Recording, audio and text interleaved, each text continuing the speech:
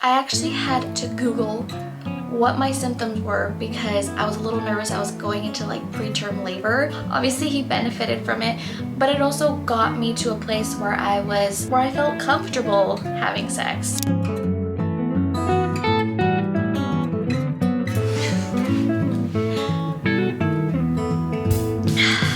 Gotta stay hydrated. Gotta stay hydrated. I can't believe we're here. Hello you guys, welcome back or welcome to my channel. My name is Zai. I make motherhood and lifestyle content. I will be 35 weeks pregnant in 2 days. We're almost there. We're almost there. We're almost at the finish line. This is my second pregnancy and I filmed a video very similar to this one with my firstborn. I did a 30-week update, symptoms, talking about sex, all those things, and I will link that for you guys in the description if you guys want to check that out too. Well, disclaimer, in this video we are going to bring up the topic of sex, so I know my family sometimes watches my videos. This is your chance to click off. Please don't watch this video. My second pregnancy is completely different than my first. I almost felt like when I had filmed my first pregnancy, there wasn't enough for me to talk about because that pregnancy was so easy for me. Like, I had no complications up until I gave birth. And this time around, I almost feel like it could come across as complaining, but that's not what I'm here to do. I'm here to give you guys an insight on how I've been feeling, the symptoms I've been having, the experience I've been having. So please don't take it as me complaining. These are things that I want to remember and hopefully things that can relate to you guys. So, all right, let's get started on the video because I feel like the intro has already been so long. I did write some notes on my phone so I wouldn't forget. Okay, I also asked you guys on my Instagram any last minute questions you guys had up until this point of pregnancy. So I kind of just like took what you guys asked me and added it to what I'm going to include today. So let's talk about symptoms. Symptoms. Oh my goodness, you guys. Like I said, I'm almost 35 weeks pregnant. And I want to say this has been happening maybe the last 2 to 3 weeks, maybe a month. Can't exactly recall, but I wake up in the middle of the night, like maybe 3 to 4 times a night to pee, which is, you know, that's common, that's normal at this point in pregnancy. But I wake up with my fingers so swollen, so swollen. And actually this morning I woke up with my fingers like my hands fall asleep now for some reason, and so when I woke up they were super tingly this morning. I was like literally banging my hand for 5 minutes for the tingles to go away. It took so long. So I've been getting super swollen fingers and feet. That's not just during the night, like that happens all day, like throughout the day. Another thing that I started experiencing that I did not experience my last pregnancy was lightning crotch. I actually had to Google what my symptoms were because I was a little nervous. I was going into like preterm labor because that's what I did with my firstborn, and thankfully it was just lightning crotch. I'll describe it for you guys. It happens later in the 3rd trimester when baby is larger and has moved down into the pelvis. When baby's head is low in the pelvis, also known as engaged, the resulting pressure on the cervix and nerves lower in your uterus can cause this sporadic discomfort. I was really happy to know that I was not going into like preterm labor because at first I had Googled I'm cramping and I knew it wasn't Braxton Hicks because I've experienced Braxton Hicks before. So I'm like, what is this that I'm feeling right now? Also, I'm going to turn on my ceiling fan because I'm honestly getting a little hot right now. It is hot in here. I'm even gonna turn on the AC. So like I said, lightning crotch was a new one for me because my firstborn was breech the entire time I was pregnant, the whole time. So he never went head down, and this girl has been head down since like 20 something weeks, which makes me really, really happy. But the experience has been so different, like just because of her positioning. So lightning crotch was new for me. But to add on to that, I have had massive like pelvic pain and pressure. Now this is like especially during the night When I'm laying down, I like am constantly moving from side to side, and every time I move, I like make the biggest grunting noise. I've even gotten to the point now, like when I get up to go to the bathroom, I actually like lean my body against my husband because I need like someone to help me get out of bed. And again, did not experience this with my first pregnancy. Everything was just so like easy, and it's just so crazy how different it was. But yeah, massive pelvic pain and then pressure throughout the day, which is so funny because my firstborn was small. Yes, I gave birth early. I gave birth at 36 and 6 days. But she is also, I feel like, gonna be really small. My doctor's already telling me that she's gonna be small. I'd be surprised if she hit 6 pounds, if I'm gonna be completely honest, when I give birth to her. I'm 5'1". I'm a petite person. I've always been, and I think that's probably why my baby is so small. So to have all that pain and pressure is very surprising. But yeah, I do typically wake up between like 3 to 4 times a night now, and I'm trying to stay hydrated constantly, especially because I'm at like the 35-week mark, and I did experience a ton of Braxton Hicks my first pregnancy. So the peeing frequently at night, that's been happening for a while. Now it's happening so much more throughout the day. It was actually yesterday that I was experiencing it the most. Literally every time I stood up, whether I was sitting on the couch, from the bed, doesn't matter, anytime I stood up, I needed to pee. And I started getting a little concerned because at one point I went to the bathroom and I sat down and I didn't immediately pee.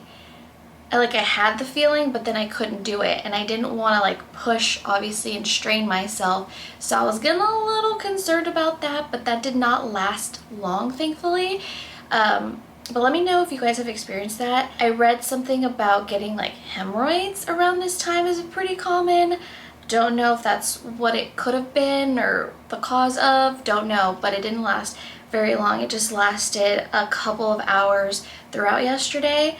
But not fun, especially because like running errands and stuff, that just adds such a layer of difficulty, needing to pee every 5 seconds, and with a toddler. I'm just at the point of pregnancy now where like just doing my basic household duties and chasing after my toddler, that is a lot for me and my body. I was able to work out my first pregnancy, but this second time around, I have not, aside from taking long walks, I have not been able to exercise, which really sucks, and I miss it so much. But just because like the basic things that I do around the house, while trying to take it easy, like being cautious about taking it easy, it can be a lot for me. And there are some nights where, like as an example, we went to the farmer's market the other day and we walked around for maybe like an hour and a half, and my tailbone was just on fire. Like trying to fall asleep was so hard because my body felt like it had ran a marathon, and I'm like, you know, I enjoyed my first pregnancy so much, and the second one I'm just thinking to myself, man, I'm trying not to wish the days away because I'm just in so much pain, and this could very well be my last pregnancy. And so I've just been trying to find a little bit of a balance, you know, trying to take it easy, especially now. I don't want to go into preterm labor again. And yeah, so I've just had a lot of aches and pains that I've been going through this pregnancy. And again, I don't want it to come off as complaining. This is just how I've experienced pregnancy the second time around. And in a weird way, it's kind of beautiful. I don't know if that's like the appropriate term, but it is kind of cool to have a different experience. And the fact that my baby and I are still healthy brings me at peace. You know, this is pregnancy is not meant to be easy. But another reason why too, that I have not been able to work out this pregnancy is it just appears like every time I get pregnant, I become anemic, And the first time around, I started feeling it more around like this time. Now, I want to say I started experiencing my anemia a lot sooner in my pregnancy, to the point where it was truly affecting me, and just I was so tired from literally doing anything. Like, I could get out of the car and I was just breathing heavy, you know, like your body's working overtime to pump that extra blood. I've had a couple of times where I felt like I was gonna faint. I want to say it happened maybe like 2 or 3 times throughout my pregnancy, and it was usually caused by like standing in the sun for too long. So I definitely have tried to avoid that. I've been taking my iron pills, which have actually really helped me. They have not made me constipated, which I was totally fearful of. And they have not made me nauseous. I think they made me nauseous one time, but that was because what I didn't know is you weren't supposed to take them at the same time as your prenatal. So what I do is I take my first iron pill right after breakfast or right before, it just depends. And then I'll take my second one before or after dinner, and then like right before I go to bed I'll take my prenatal, and I take my iron pills every other day. So those have actually helped me immensely. I didn't use any iron pills my first pregnancy, didn't feel like I needed them, but this time around I was like, oh my goodness, I need those pills. My doctor prescribed them to me and they have helped me a lot. Oh man, I don't know if this symptom was caused just because of her positioning. Like I said, I'd never experienced a baby head down before. There have been times where she's moving so much that I've had to lay in bed because she literally knocks the wind out of me. And it got to the point where I was kind of nervous and concerned because I couldn't sit a certain way. I'd have to stop whatever I was doing until she finished, and then so I would just lay in bed and kind of like groan a little bit because I guess I wasn't used to it, and I'm like, am I just being like sensitive? Like what is happening? I even called my doctor and she's like, well, typically a baby who's moving is a happy baby. She's like, I don't, like, even the way I was explaining it to my doctor, she's like, I can't even give you really any advice because what you're describing, I can't, like, she didn't really understand what I was trying to say. That was a little difficult to navigate, but that only lasted for maybe about 2 weeks. And car rides, oh my gosh, I know you guys know what I'm talking about.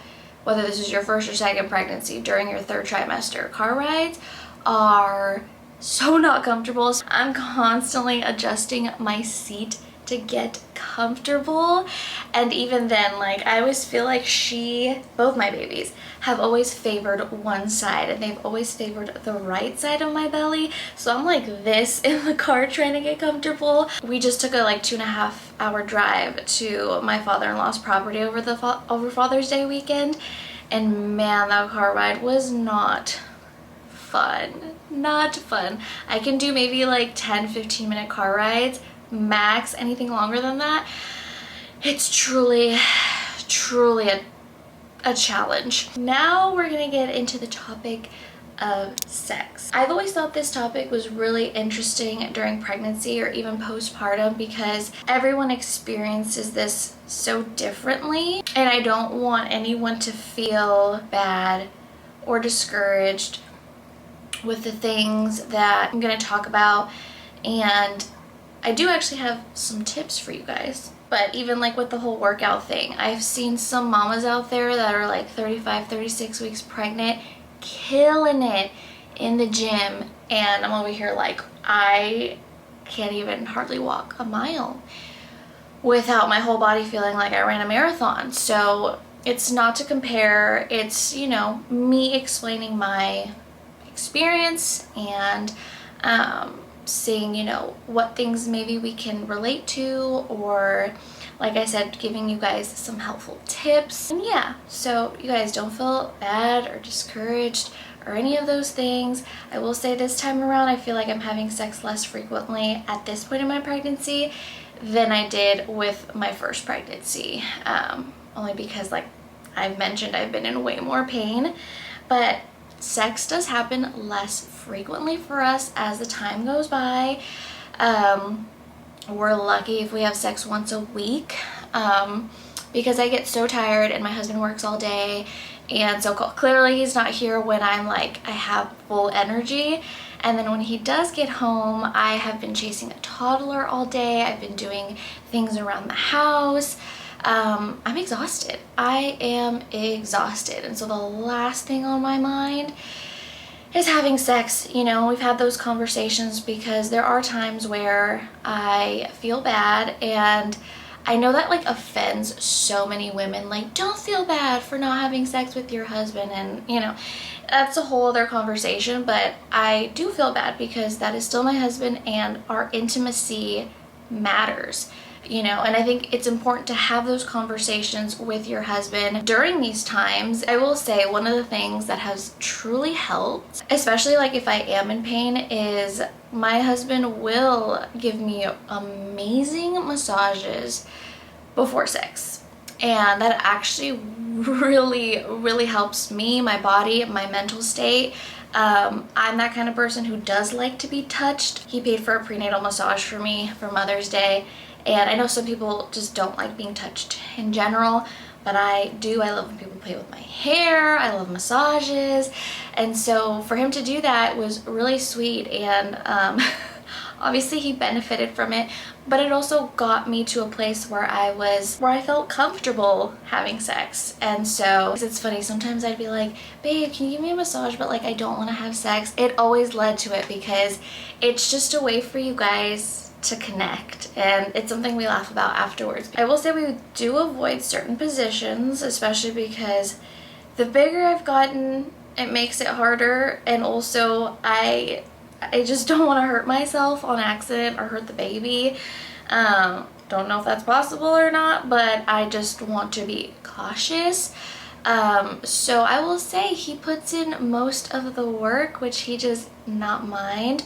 And I don't mind because I don't have a whole ton of energy, and we still find ways to enjoy it. Like I said, it's not just about sex, it's about our intimacy and feeling connected. And no, sex is not the only way to do that, but it is a very important way. And unless your pregnancy is involving some complications where your doctors do not recommend sex, like I said, please do not find this discouraging. I do know there are women out there who have situations where sex just isn't possible, but if it is, and this is for you, these are just some of my helpful tips and how things have been for us. I actually told them that I kind of want to stop having sex like maybe in the next week, just because I am just so paranoid about going to preterm labor because my firstborn was, and I'm just trying to keep her in there, you know, until our scheduled C-section. And so that's also why we haven't had it super frequent either, because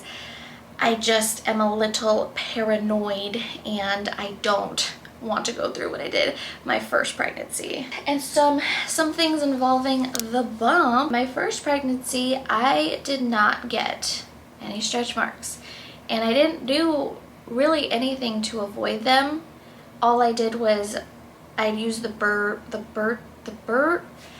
Burt's Bees belly butter, because I would get super itchy, like I felt my stomach stretching out. So I liked using that as part of my nightly routine. But this time around, I really have forgotten. Like, that has totally fallen off, and I have not lathered my belly very often at all. And I still don't have any stretch marks. I know a lot of people are always curious about that. I hope that doesn't discourage you guys either, but that's something I feel like that's out of our control. We either get them or we don't. All right, I'm gonna give you guys a quick belly shot.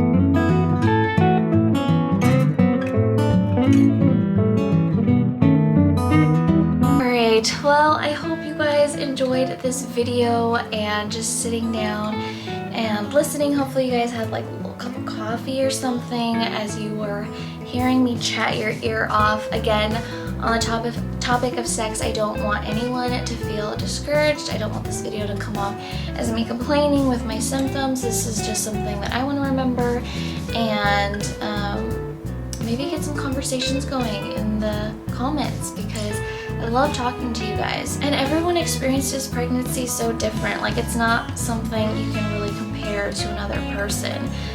But there are things that we can relate to, which is awesome. And I've had such an awesome time too documenting the second time around, and I know so many of you guys have very similar due dates to mine or very close, and it's just always nice to hear like how other people are doing, how they're experiencing their pregnancies. And so thank you guys so much for watching today's video. If you guys did enjoy it, please make sure to give it a thumbs up and subscribe if you haven't already. I love you guys like always, and I will see you in my next video. We only have a couple pregnancy videos left until baby girl arrives. Alright, love you guys. Bye.